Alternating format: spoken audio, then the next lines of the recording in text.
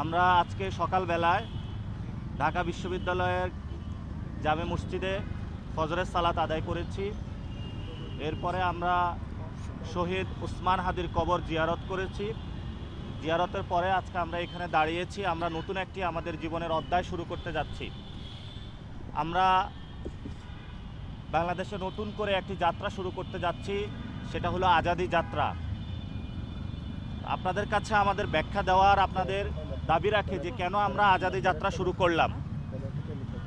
আপনারা জানেন এই ভূখণ্ডে যে মানুষগুলো রয়েছে সেখানে অসংখ্য মানুষ আজাদির লড়াইয়ের জন্য শহীদ হয়েছে।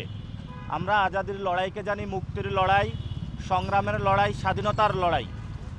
1971 সালে সাম্য, মানবিক মর্যাদা এবং ন্যায় বিচারের জন্য অসংখ্য মানুষ শহীদ হয়েছিলেন। 90-তে শহীদ হয়েছিলেন, 2024-এ শহীদ হয়েছিলেন। কিন্তু এই যে দীর্ঘকালীন লড়াই, সেই লড়াইয়ের অন্যতম প্রাণ পুরুষ ছিলেন আমাদের শহীদ উসমান বিন হাদি। আমি যখন জাতীয় নাগরিক কমিটিতে ছিলাম, আমরা একসাথে কাজ করার সুযোগ হয়েছিল। পরবর্তীতে উনি সাংস্কৃতিক যে আগ্রাসন আছে সেই পরাধীনতার শৃঙ্খল থেকে বাংলাদেশকে মুক্ত করার জন্য সাংস্কৃতিক আজাদির প্রোগ্রাম চালিয়েছিলেন বাংলাদেশে। কিন্তু এই ঢাকা 8-এ রাস্তায় দিনে দুপুরে আজাদির কথা বলার কারণে তাকে গুলি করে হত্যা করা হয়, শহীদ করা হয়। কিন্তু আজকে 20তম দিনের কাছাকাছি আমরা এসে পৌঁছেছি শহীদ হওয়ার। আজকে এই পর্যন্ত আমরা কারা খুন করেছে এই বর্তমান সরকার ট্রেস করতে পারেনি। তো এই বর্তমান সার্বিক যে পরিস্থিতি রয়েছে, এই পরিস্থিতিতে জাতীয় নাগরিক পার্টি যে নির্বাচনকালীন একটি সময় এসেছে, সেই সময়টাতে আমাদের সামনে দুইটি অপশন ছিল। একটি হলো আজাদির জোট, আরেকটি হলো গোলামির জোট।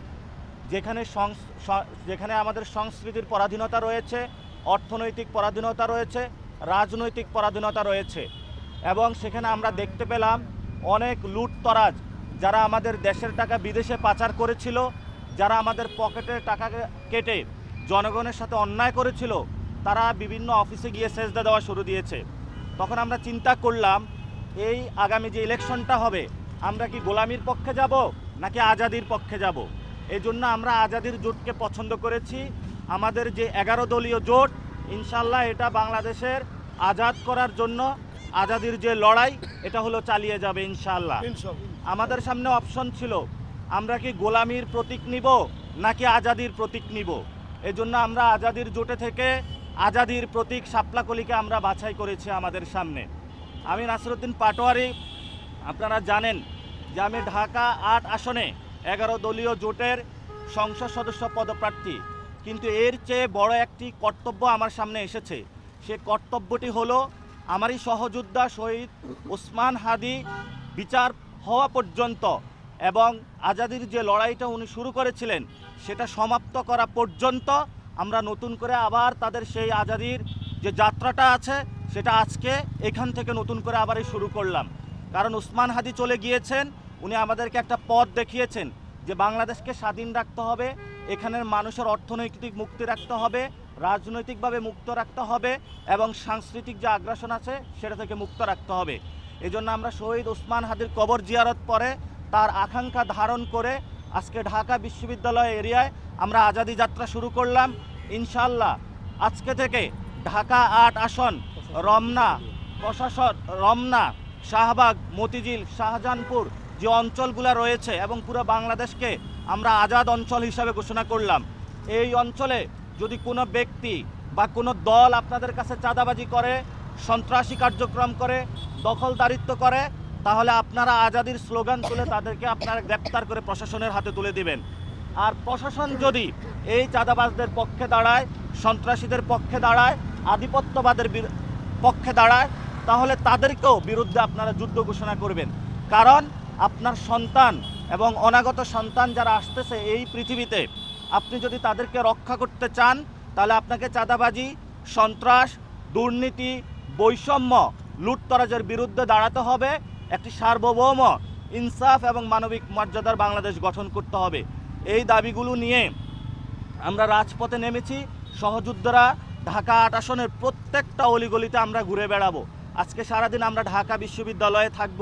এখানে যারা প্রথম শ্রেণী কর্মকর্তা, দ্বিতীয় শ্রেণী কর্মকর্তা, তৃতীয় শ্রেণী কর্মকর্তা, চতুর্থ শ্রেণী কর্মকর্তা, ওনাদের সাথে আমরা কথা বলবো।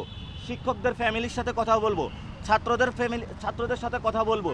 এই জন্য কথা বলবো যে আমাদের শহীদ উসমান হাদি যে আজাদির লড়াইটা শুরু করেছিলেন, সে আজাদির লড়াইটা আমরা ইনশাল্লাহ চালিয়ে নিয়ে যাব এবং এই আজাদির লড়াই আমরা সমাপ্ত করা পর্যন্ত আমরা আগেও শপথ করেছিলাম ঘরে ফিরে যাব না। ভবিষ্যতে আমরা এই আজাদির যাত্রাটা ইনশাল্লাহ বাংলাদেশকে একটি স্বাধীন, মুক্ত এবং আমরা যে নিরাপত্তার জন্য 24-এর আমাদের ভাইরা শহীদ হয়েছিল বাংলাদেশকে স্বাধীন করার জন্য, তাদের সেই আকাঙ্ক্ষাকে ধারণ করে আমরা এগিয়ে যাব। আপনারা জানেন এই ঢাকা বিশ্ববিদ্যালয়ে কয়েকদিন আগে সাম্য হত্যাকাণ্ড হয়েছে ছাত্রদলের, তার বিচারটুকু আমরা আজ পর্যন্ত পাইনি। শুধু তাই নয়, আমরা যে ভাস্কর্যের সামনে দাঁড়িয়ে আজকে এখানে প্রোগ্রাম করছি, এটি একটি সন্ত্রাস বিরোধী রাজু ভাস্কর্য। এই সন্ত্রাস বিরোধী রাজু ভাস্কর্য সন্ত্রাসের বিরুদ্ধে প্রতীক হয়ে দাঁড়িয়ে রয়েছে। এখানে রাজুর এখানে প্রতীক রয়েছে, যাকে সন্ত্রাসীদের নির্মম গুলিতে হত্যা করা হয়েছে। সাম্য হত্যাকাণ্ডের বিচার পায়নি, হাদি হত্যাকাণ্ডের বিচার পায়নি। সকল হত্যাকাণ্ডের বিচারের দাবিতে আমরা মাঠে নামতেছি। দ্বিতীয়ত বিষয় হলো, আপনারা জানেন ভারতীয় আধিপত্যের বিরুদ্ধে রাজু ভাস্কর্যেই আমি 54 দিন অবস্থান করেছিলাম। আমাদের মুসলিম ভাইদেরকে ভারত থেকে এই দেশে পাঠিয়ে দেওয়ার তারা ব্যবস্থা করেছিল, আমরা সেগুলোর বিরুদ্ধে দাঁড়িয়েছিলাম। আমি সেদিন ঘোষণা দিয়েছিলাম আমি একা হলেও বাংলাদেশে দাঁড়িয়ে থাকব, কিন্তু বাংলাদেশের সার্বভৌমত্ব প্রশ্নে আমরা কখনো আপোষ করব না। শুধু তাই নয়, আমরা বিভিন্ন জায়গায় খোঁজ পাচ্ছি প্রশাসন একটি দলের দিকে হেলে পড়েছে, অর্থাৎ সেই দলটি হলো বিএনপি। সবাই বিভিন্ন জায়গায় যখন আমাদের তারেক রহমান বাংলাদেশে এসেছেন আমরা তাকে স্বাগত জানিয়েছি, কিন্তু বিভিন্ন কর্মকর্তা কর্মচারী প্রশাসনের তারা রোডের পাশে গিয়ে তারেক জিয়াকে অফিস বাদ দিয়ে হলো সালাম বিনিময় করেছিলেন। এই কর্মকাণ্ডগুলো আমরা শেখ হাসিনার আমলে দেখেছি, কিন্তু আমরা এই বর্তমান বাংলাদেশের কর্মকাণ্ডগুলো দেখতে চাই না। এজন্য আমরা বলবো যে আজাদির প্রতীক শাপলা প্রতীকে থাকুন, যেগুলো গোলামির প্রতীক। বাংলাদেশের মানুষকে ঢাকা 8 আসনের যারা ভোটার তাদেরকে বলবো কোনো গোলামির প্রতীকের সাথে যাবেন না, কোনো মাফিয়াতন্ত্রের সাথে যাবেন না, সন্ত্রাস চাঁদাবাজের সাথে যাবেন না। ইনশাআল্লাহ ঢাকা বিশ্ববিদ্যালয় থেকে আমরা আন্দোলন শুরু করেছিলাম, আবার এই গণতান্ত্রিক যে সংগ্রামের লড়াই, এটা ঢাকা বিশ্ববিদ্যালয় থেকে আবার আমরা শুরু করেছি। প্রত্যেকটা অলিগলিতে আজাদির স্লোগান নিয়ে আমরা যাব এবং আমাদের যে শপথ করেছি সেই শপথে বলিয়ান হয়ে আগামীর পার্লামেন্টে ইনশাল্লাহ আমরা যাব আজাদির পক্ষে হয়ে। এই দোয়া এবং কামনা রেখেই ইনশাল্লাহ সকল ঢাকা 8 আসনের ভোটারদের কাছে আমি আহ্বান রাখবো যে আপনারা শাপলাকলিকে বিজয় করবেন, আজাদির পক্ষে থাকবেন, গোলামির পক্ষে থাকবে না। নতুন বাংলাদেশ পুনর্গঠনে সবাই ঐক্যবদ্ধভাবে কাজ করবেন।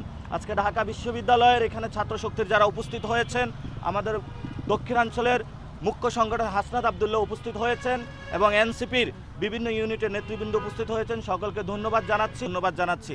আজকে আমরা শিববাড়ি এলাকা, দক্ষিণ নীলক্ষেত আবাসিক এলাকা, কর্মকর্তা ভবন এবং বিভিন্ন হলপাড়ায় প্রত্যেকটা অলিগলিতে ঘুরে বেড়াবো, মানুষের সাথে মিশবো, মানুষের সাথে মোয়ামেলাত আমাদের আলাপ আলোচনা হবে।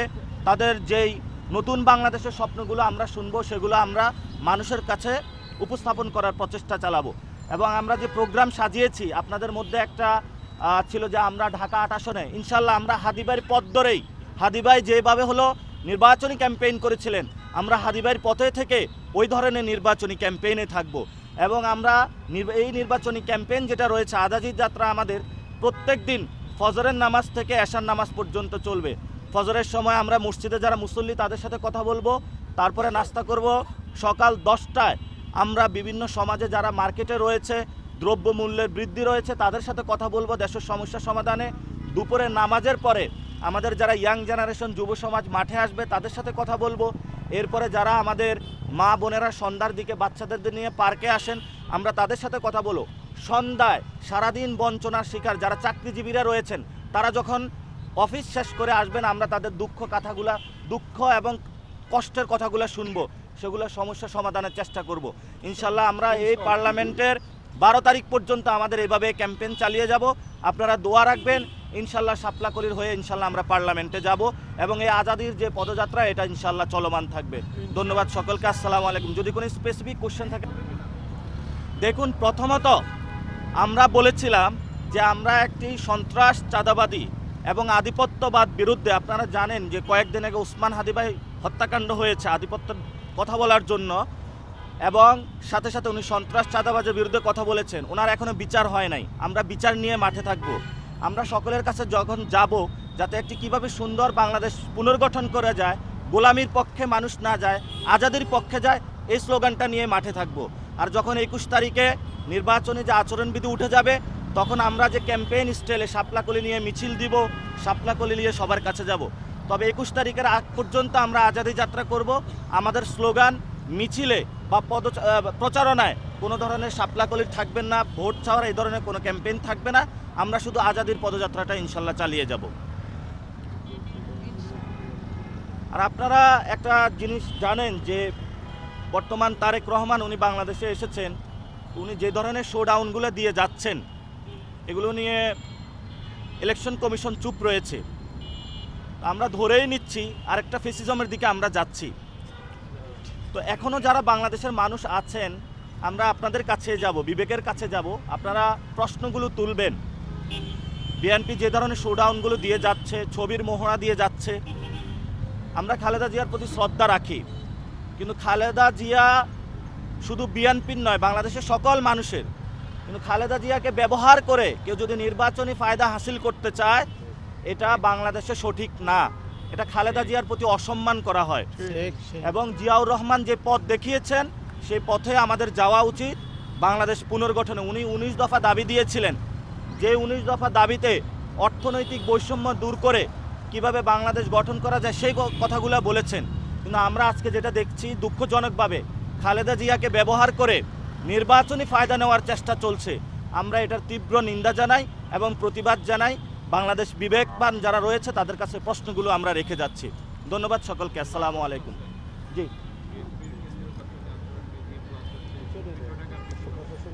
আমরা তো বারবার বলে আসছি যে তারেক রহমান যখন আসলেন, আমাদের অতি উৎসাহী কিছু বাহিনীর সদস্যরা তাকে প্রটোকল দেওয়ার চেষ্টা করলেন।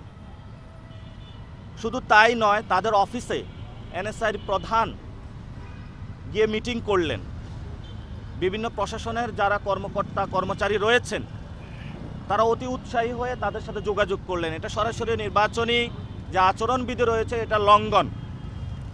এবং যে গণতন্ত্রকামী বাংলাদেশে মানুষ যুদ্ধ করেছিল, যে গণতন্ত্রের পক্ষে লড়াই করেছিল, সেই গণতন্ত্র থেকে একটি ফেসিজমের দিকে, একটি ফেসিস্ট কাঠামোর দিকে বাংলাদেশ চলমান হচ্ছে। এজন্য আমরা সকলকে আহ্বান জানাবো, আইন শৃঙ্খলা বাহিনী কোনো দলীয় দাস হবেন না, আজাদির পক্ষে থাকবেন, কারো গোলাম হবেন না। তারেক রহমানের গোলাম হলে আবার বাংলাদেশ থেকে সকল প্রশাসনের মতন আপনাদেরকে বিদায় নিতে হবে। এজন্য আপনারা যদি গোলাম হতে হয়, জনগণের গোলাম হবেন, তাহলে জীবনের মুক্তি খুঁজে পাবেন। এবং শুধু তাই নয়, আপনারা দেখতে পাচ্ছেন যে ইলেকশন কমিশনার, একজন কমিশনার, উনি বলেছে যে কোনো নির্বাচনী শৃঙ্খলার বিধি ভঙ্গ হচ্ছে না। আমরা মনে করি নির্বাচন কমিশন দিনে দিনে তার আস্থা হারাচ্ছে। এজন্য নির্বাচন কমিশনকে জনগণের কাছে জবাবদিহিতামূলক আচরণ করার জন্য আমরা তাদেরকে অনুরোধ জানাচ্ছি। সাথে সাথে তারেক রহমানের কাছেও আমরা আবেদন জানাচ্ছি যে কোনো কর্মকর্তা কর্মচারী যদি তৈলমর্দন করতে আসে, বাংলাদেশের মানুষের সাথে গাদ্দারি করতে আসতে, আপনি অফিসে তাদেরকে জায়গা দিবেন না। এনএসআইয়ের মতন একটি আমাদের সমৃদ্ধশালী প্রতিষ্ঠানকে যদি দলীয় কাজে ব্যবহার করা হয়, আমরা এটা তীব্র নিন্দা এবং প্রতিবাদ জানাচ্ছি।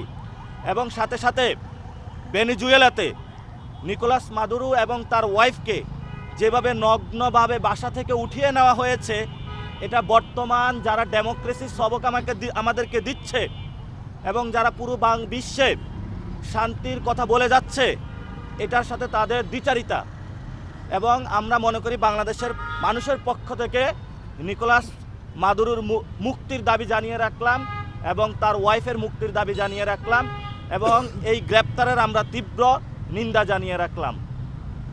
ইনশাল্লাহ আমরা আমাদের যে আজাদির লড়াই, এটা চলমান হয়েছে। যেহেতু আপনারাই দেখেছেন প্রশাসন একদিকে হেলে গিয়েছে, তারেক রহমানের কাছে গোলামি হচ্ছে, আমরা প্রশাসনকে বলবো বাংলাদেশের মানুষের কাছে আসুন, আজাদির গান খুঁজে পাবুন, আজাদির পক্ষে থাকুন, শহীদ ওসমান হাদির পক্ষে থাকুন। উনি যে আজাদির লড়াই চালিয়ে গিয়েছে, সেই আজাদির লড়াইটা আমরা চলমান রেখেছি। আমাদের সাথে সকলে ইনশাল্লাহ যোগ দিবেন। ধন্যবাদ সকলকে। আসসালামু আলাইকুম। আজাদি